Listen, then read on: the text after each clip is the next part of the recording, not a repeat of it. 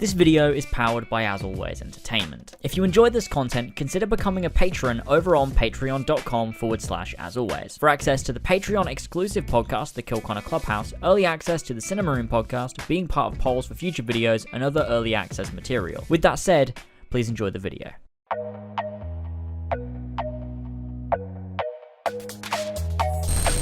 I've been playing GreedFall for the best part of, when did it come out again? September 10th? Around 2 weeks that I've been playing it for then. Produced by the studio known as Spiders.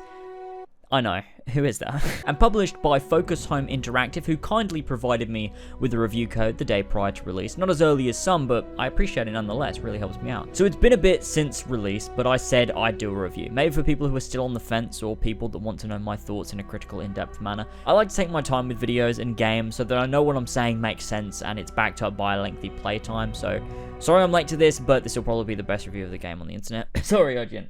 I've been looking for a new game to play, something interesting given how dry this year has been. So far I've played Kingdom Hearts 3, which I adore, view linked on a card, and Days Gone, which is a game and GreedFall caught my eye. This is something that looks as if it appeals to my taste. It's not every other game on the market in 2019, and I had to give it a shot. I'm going to talk spoilers at one point in this video, but don't worry, I'll give you fair warning for that, so stick around. Sit tight, and let's talk about GreedFall, which I believe is the RPG that we deserve.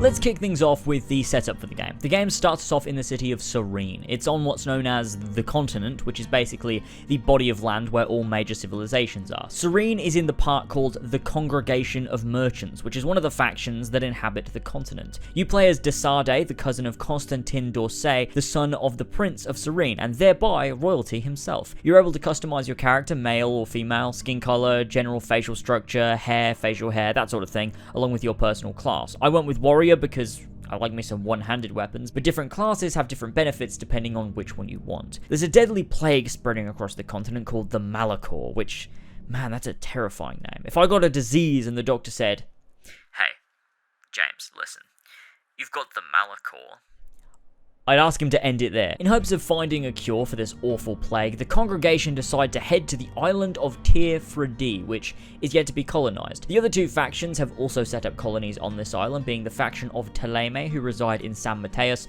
and the faction of the Bridge Alliance, who reside in Hikmet. You also have the Nauts, who are basically pirates that live on the sea, and you've got the natives of this island. You are named Legate of the congregation, and boy oh boy does Desade love reminding people of that fact. I am Desade, legate of the Congregation of Merchants. My name is Desade. I'm the legate of the Merchant Congregation. Who goes there? Desade. I am the legate of the Merchant Congregation. Desade, legate of the Merchant Congregation. Who are you? Are you looking for a doctor? I am the legate of the congregation. I don't think you realize who you are dealing with, so let me introduce myself. My name is Desade.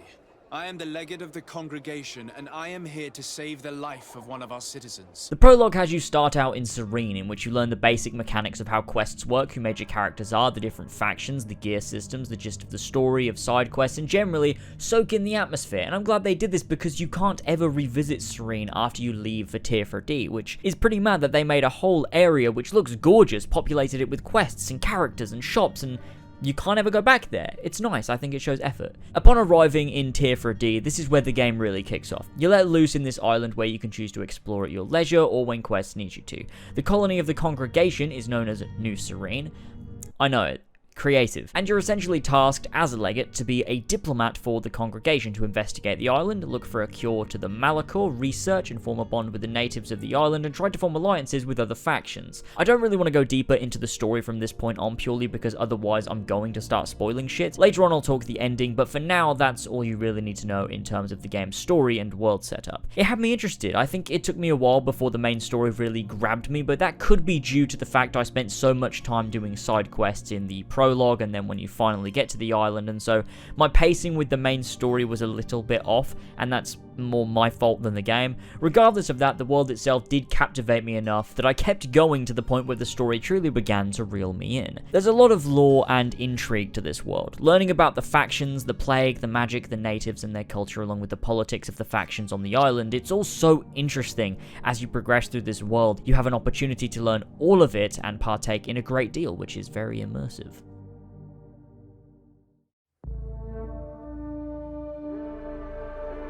Talking world, that's one of the things I think that this game really nails. The world design for one is spectacular. The game is a hub-based RPG. It's not a Witcher 3, it's not an Assassin's Creed. Think the first 2 Witcher games, Dragon Age, Mass Effect, even Fable to an extent. It has various hub areas for you to explore and visit. Each of these hub areas has quests for you to complete and characters to meet. These hubs could be a city, maybe New Serene or Hikmet, along with the surrounding countryside. Some might be wilderness with caves, forests, and villages, and some might be small towns somewhere else on the island. It's a very interesting way of making an RPG in 2019, and to be honest, I forgot just how much I love these kinds of RPGs, ones that don't rely on having the biggest world, that don't even have open worlds. It focuses on making smaller areas with more depth to complement the RPG aspects of the game, and I really admire that. Is it as detailed as Mass Effect or The Witcher 2?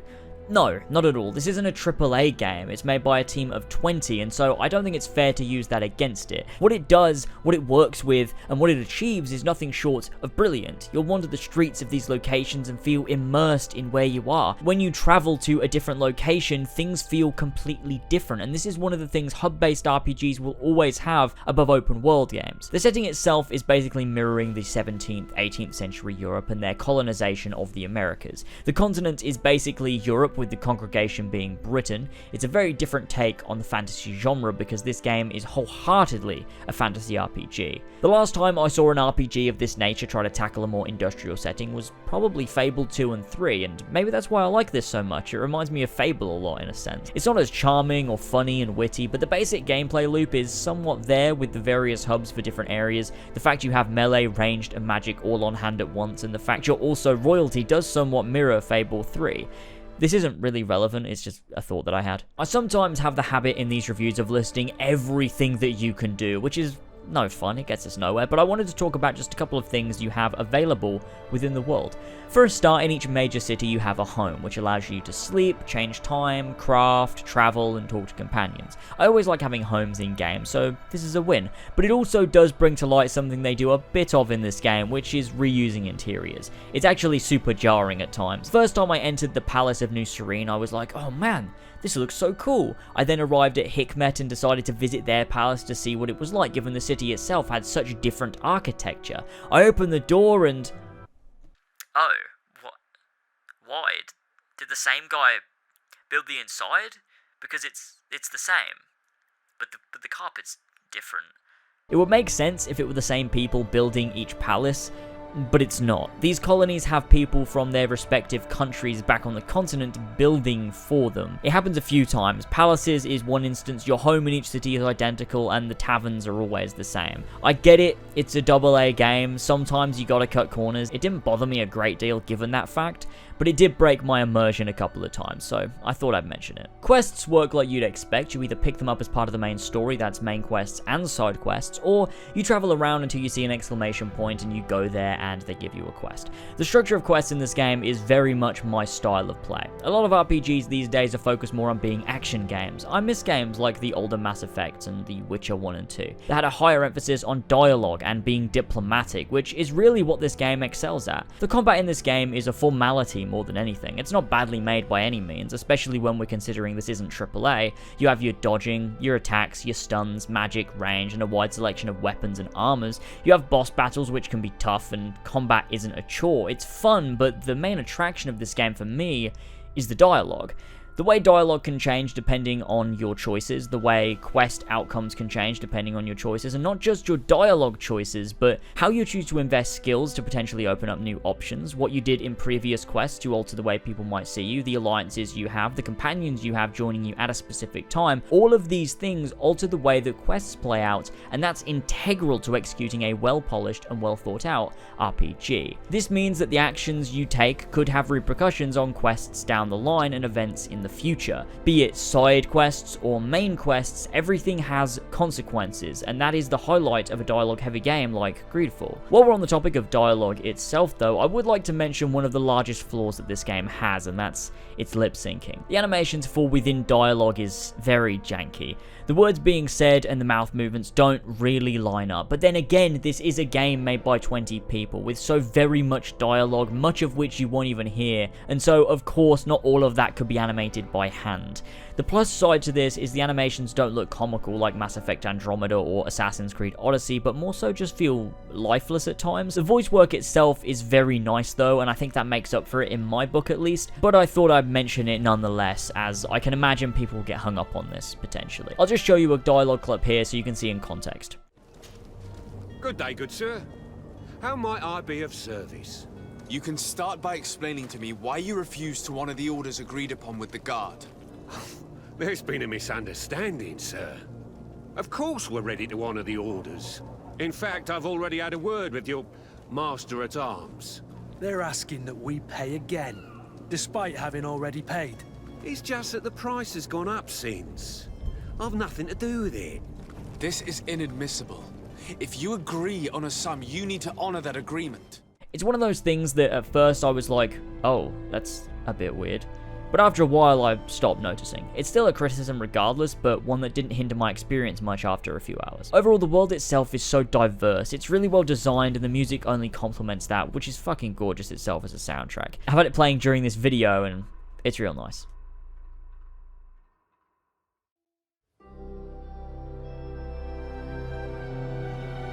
Let's talk about character though. We haven't really dived into that a great deal, and every great RPG has a great host of characters and companions. This game's no different. Again, it's not Mass Effect, we don't have a Garrus or a Liara, but the characters we do have are really compelling at times, and I feel like more games with these guys would only further invest me in them and their relationship with Desarde. So there are 5 companions you pick up over the course of the game. The first one is Kurt. He's your combat teacher from Serene, and he's always got your back. You form a really close bond with him over the course of his personal questline, which they all have. It really adds to their character and their relationship with Desarde. I believe they all also have romance options, but I only ended up romancing one of them, which, in all honesty, was pretty fucking funny. May I come in?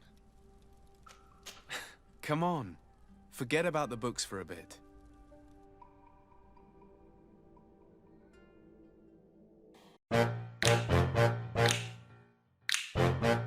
I spawned on and Yet another marvelous memory shared with you. The second companion is Vasco. He's one of the Naughts, and he joins you on your quest. You learn more about the Naughts and his personal history through his loyalty quest. I'm not explaining the quests because, well, that'd be spoilers, and I don't like the big spoilers. He also constantly says this when entering battle. Bit of poison on my blade, and let's go! Bit of poison on my blade, and let's go! Bit of poison on my blade, and let's go! Bit of poison on my blade, and let's go! It was charming, and then it became annoying, and now I love it again. That's how much he says it. I felt it was part of my own personal character arc. Next up is Siora, a sweet native lass who's part of one of the island's tribes. Through her, you learn more about the island, its natives, and how the hierarchy works for them. She also has a healing spell, so I had her on a lot during combat because that was useful. Fourth companion is Petrus, who's a missionary of Teleme. He's got a sick voice. To be truthful, my friend is only accompanying me. I am the one who was visiting this home, precisely because I was hoping to find out where Father Claudius might be.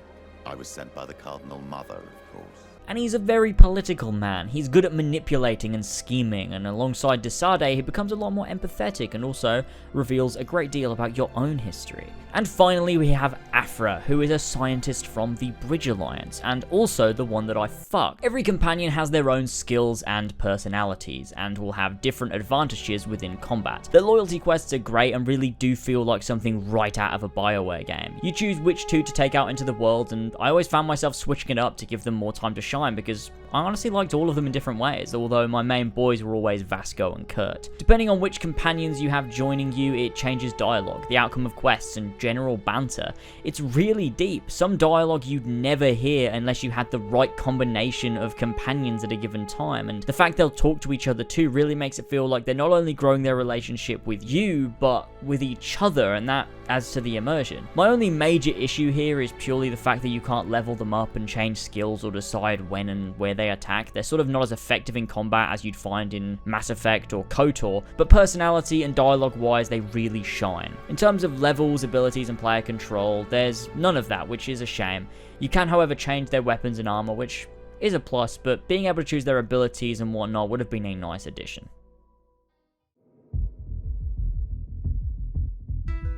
Talking about levels, I'm doing well with the segues today, aren't I? Just wanted to give myself a nice pat on the back for that one. Anyway, levels. All RPGs have levels, and this one is no different. However, due to this not being an action RPG, it's not really structured the same. Sure, there are easier enemies and harder enemies, but levels don't affect combat the same way as The Witcher might. See, in most open world RPGs, every area has a different level bracket. Enemies within that area will be tougher to beat. In GreedFall, it's not exactly obvious. Some enemies are just hard, and some are not so hard.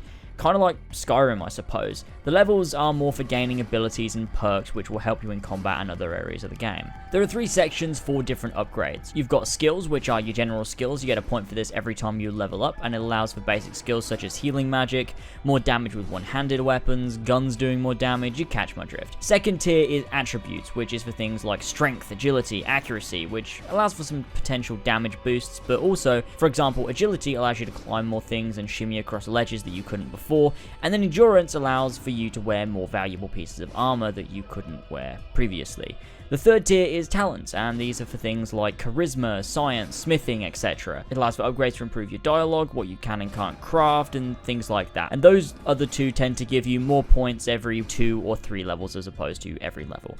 All of these balance each other out, so you're always pursuing a particular skill, which I like. It means every time you level up, you're investing it wisely, and it helps improve the way you tackle things. If you're more of a combat type, you can invest skills that help you out with that. If you're more of a diplomat, invest more into your charisma talent, and so on. It's a good system, by no means revolutionary, but it handles what they've built so well, so that's great. I talked a little bit about combat earlier, but I guess I'll touch on it again. You've got 3 main weapons being your melee, which can be swords, maces, axe, longsword, dagger, heavy sword, all sorts. You've got your gun, which is either a rifle or a pistol, and then you've got magic. Magic is pretty deep if you want to go down that route. You've got magic rings that act as a primary weapon that can cast spells to deal damage. Then you've got spells that you can use in battle, which will help you out. Say a stasis spell to hold enemies in place, or a healing spell, or a shield. With upgraded versions of these, you can combine them with your attacks to end up dealing quite a nice bit of damage. You also have a fury meter, which fills as you do attacks, and you unleash to deal a lot more damage than you normally would. Like I said, it's not the best combat system in the world, but for an RPG that focuses more on dialogue, it does a good job of achieving a rewarding combat system that does the job and isn't boring to engage with.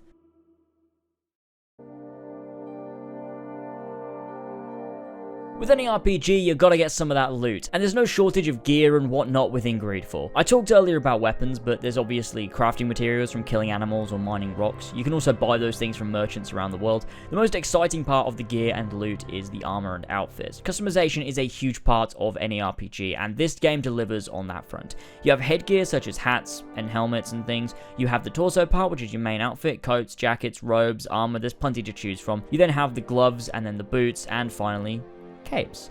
And man, capes are sick. That's a selling point for me. You got capes, you got me. Also, all outfits have a degree of customization. By using the crafting table or going to a blacksmith, you can add additions to your outfits which make them look different and also add various buffs and skills, which is always helpful. And I have to say, finding an outfit you like and then adding armor pieces makes you feel fucking awesome. And I love it. The economy system to go along with this is fine. It's nothing in-depth, but you have general shops, blacksmiths, and alchemists, and all specializing in different things. If you lack the ability to craft and make potions, go to one of these places and they can do it for you for a price and if you have the right materials, which is helpful during quests. It's a decent economy system, nothing revolutionary, but it does its job, and it's better than some games.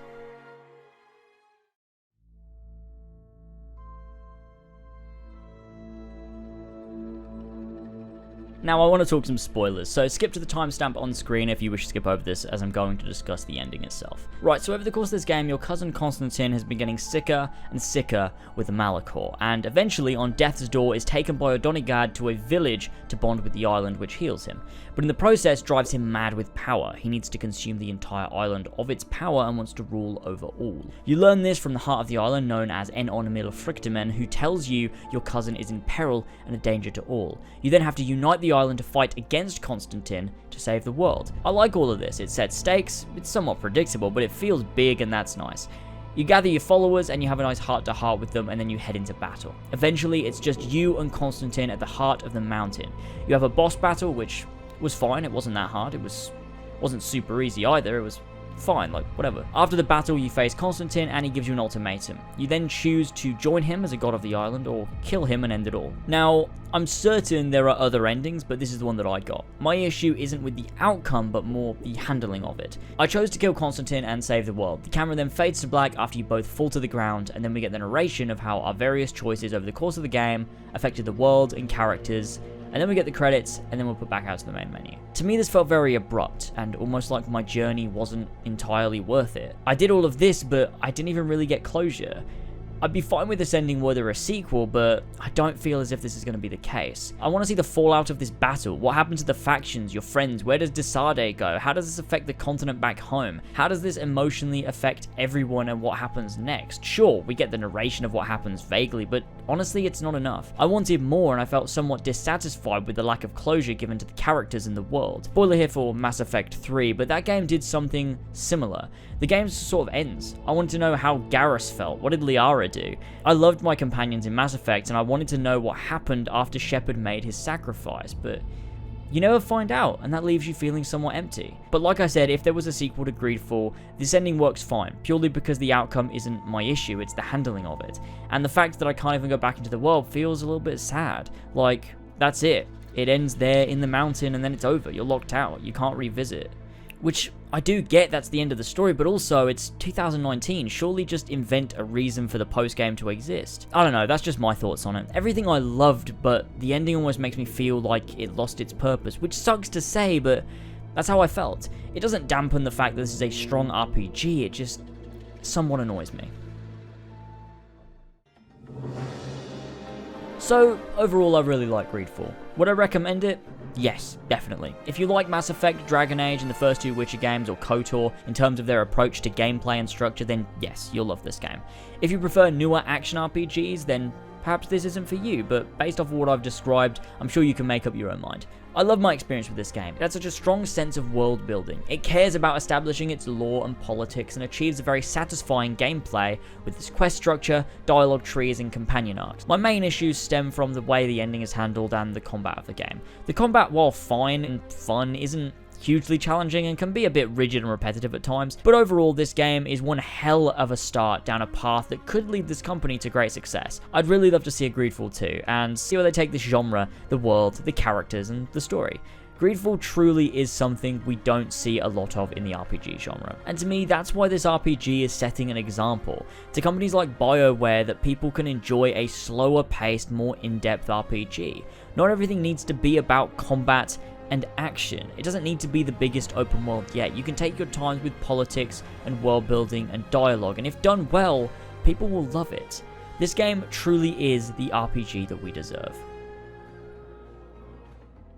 Thank you so much for watching this video. Don't forget to drop a like and subscribe if you enjoyed. Check out the other videos that are on my channel. Thank you to our Patreon producers, King Richard III, Smexy Dork, Elstrica91, Seth, and Josh DeVilliers. Really appreciate you if you want to join them. The link is in the description to our Patreon for exclusive content, all that good stuff.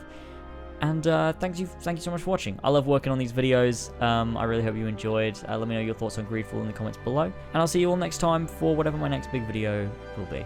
Thanks for watching, boys. I'll see you next time. Bye-bye.